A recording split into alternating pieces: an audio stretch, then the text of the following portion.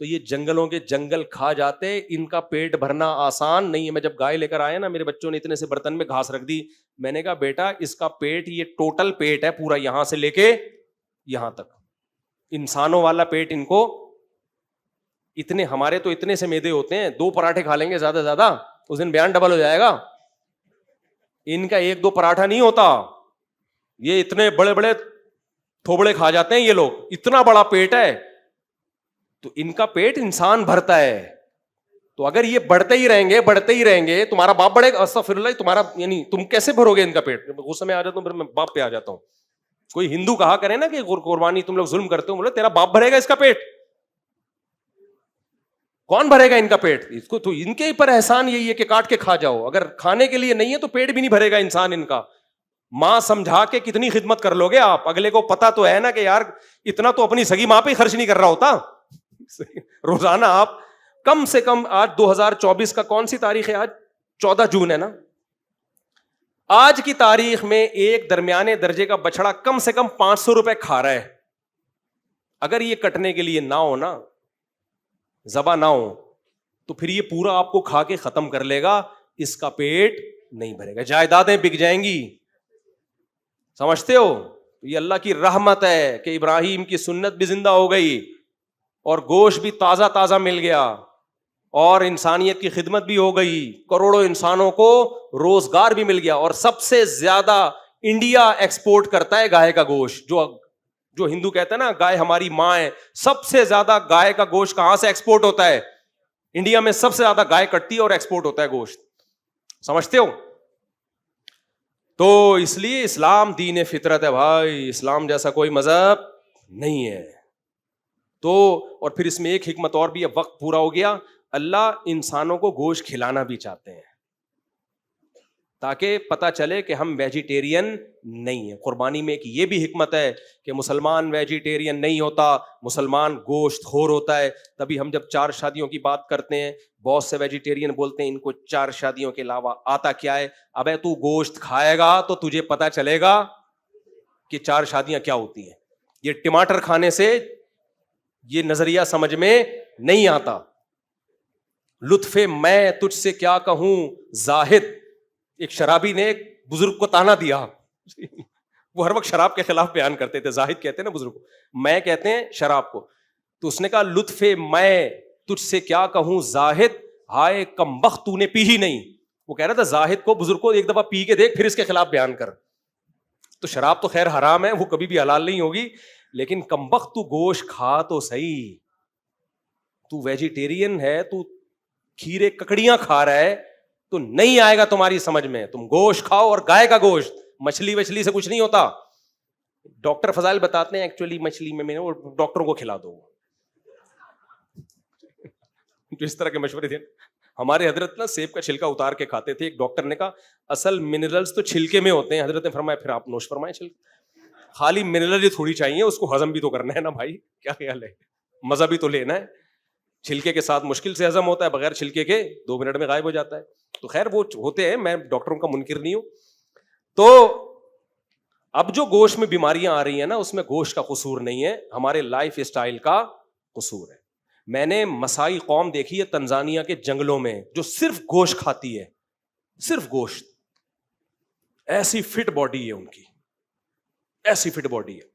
تو ہاں life style بکری جیسا ہو اور خوراک گوشت جو شیروں کی ہے, پھر بیماریاں پیدا ہوتی ہیں. جب کھانا گوشت ہے تو جینے کا اسٹائل بھی گوشت خوروں جیسا ہونا چاہیے. سمجھتا ہے بات؟ یوں نہیں بکری کی طرح یہاں بیٹھا ہے تو پھر وہاں جا کے بیٹھا, شیر پھر بھاگا. یہ نہیں کہ چیرنا پھاڑنا شروع کر دو لوگوں کو, مطلب یہ کہ بھاگو دوڑو, ایکسرسائز. اللہ تعالیٰ عمل کی توفیق عطا فرمائے, اور ہم سب کی قربانیوں کو اللہ قبول فرمائے.